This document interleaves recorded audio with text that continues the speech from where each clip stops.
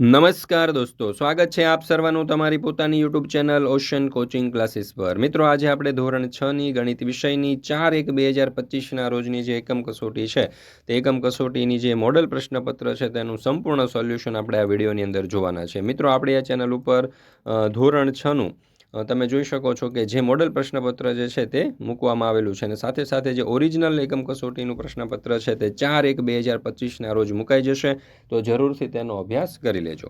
એમાં પ્રશ્ન નંબર 1, યોગ્ય વિકલ્પ પસંદ કરો। એમાં પહેલું, નીચે આપેલ પૈકી સૌથી મોટો અપૂર્ણાંક કયો છે? તો જવાબ આવશે વિકલ્પ બી, 5/6। બીજું, 0.7625 કઈ બે સંખ્યાઓની વચ્ચે આવે? તો જવાબ આવશે વિકલ્પ ડી, 0.76 અને 0.763। ત્રીજું, મિશ્ર અપૂર્ણાંક 5.4/7 ને નીચે પૈકી કઈ રીતે દર્શાવી શકાય? તો વિકલ્પ બી, 39/7। કઈ દશાંશ સંખ્યા સૌથી નાની છે? તો જવાબ આવશે વિકલ્પ સી, 0.082।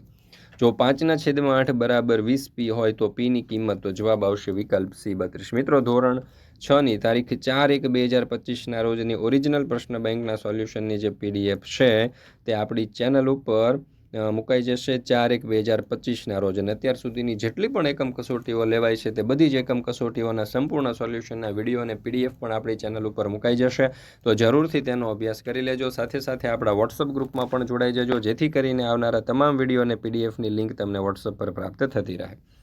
ત્યાર પછી છે પ્રશ્ન નંબર 2, ખાલી જગ્યા પૂરો, જેના કુલ 5 માર્ક છે। એમાં પહેલું, 13.5/18 એ ખાલી જગ્યા અપૂર્ણાંક છે, તો મિશ્ર। બીજું, દશાંશ સંખ્યા 16.25 બરાબર ખાલી જગ્યા અપૂર્ણાંક થાય? તો 16/4। ત્રીજું, 17/2 + 1/2 બરાબર જવાબ આવશે 9। 5809 ગ્રામ બરાબર ખાલી જગ્યા કિલોગ્રામ? તો 5.809। અને 4.55 + 9.73 બરાબર 14.28। ત્યાર પછી છે પ્રશ્ન નંબર 3, ખરું કે ખોટું છે તે જણાવો। એમાં પહેલું, એકમની સ્થાન કિંમત દશાંશની સ્થાન કિંમત કરતાં 10 ગણી હોય છે, તો ખોટું।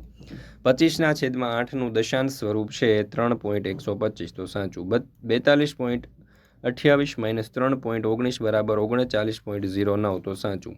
19.25 <19.053, તો ખોટું। ત્યાર પછી છે પ્રશ્ન નંબર 4, સૂચના મુજબ કરો, જેના કુલ 6 માર્ક છે। એમાં પહેલું, ઘટ ના હોય તેવા ભાગને અપૂર્ણાંક સ્વરૂપે દર્શાવો।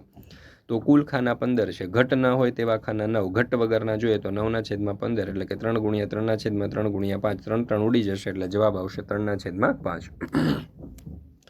બીજું, નાસિરે એક નગરમાં પહોંચવા માટે 3.1/2 કિલોમીટર બસ મારફતે મુસાફરી કરી, પછી તે 1.1/8 કિલોમીટર ચાલ્યો, તો તેણે નગરમાં પહોંચવા માટે કેટલી મુસાફરી કરી? તો જો બસ દ્વારા એણે કુલ 7/2 કિલોમીટર, ચાલીને 9/8 કિલોમીટર, બંનેનો આપણે સરવાળો કરીએ તો 7/2 + 9/8, લસા આપણો જે છે તે 8 આવશે, એટલે 7/2નો ગુણાકાર 4 સાથે કરીએ એટલે 28/8 + 9/8, એટલે 37/8, એટલે જવાબ આવશે 4.5/8। ત્યાર પછી ત્રીજો સવાલ, ઉતરતા ક્રમમાં ગોઠવો। તો અહીંયા 2.2, 2.023, 2.0, 0.26, 22.1 અને 20.42 બરાબર। તો 22.1, 20.42, 2.2, 2.023, 2.0226। ત્યાર પછી છે પ્રશ્ન નંબર 5, માંગ્યા મુજબ જવાબ આપો। એમાં પહેલું, જુદા જુદા ખોરાકમાં સમાવિષ્ટ ઉર્જા નીચે મુજબ છે। ઘઉં તો 3.2 જૂલ, ચોખા 5.3 જૂલ, બટાકા 3.7 જૂલ, દૂધ 3.0 જૂલ।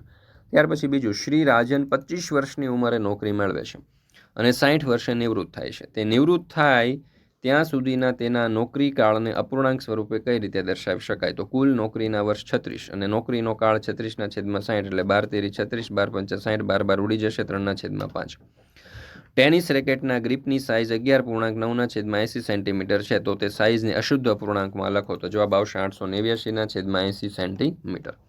મિત્રો, ફરી મળીશું આપણે જે ઓરિજિનલ પ્રશ્ન બેંક છે તે 4/1/2025ના રોજ ગણિત વિષયની ઓરિજિનલ પ્રશ્ન બેંકના સંપૂર્ણ સોલ્યુશન સાથે।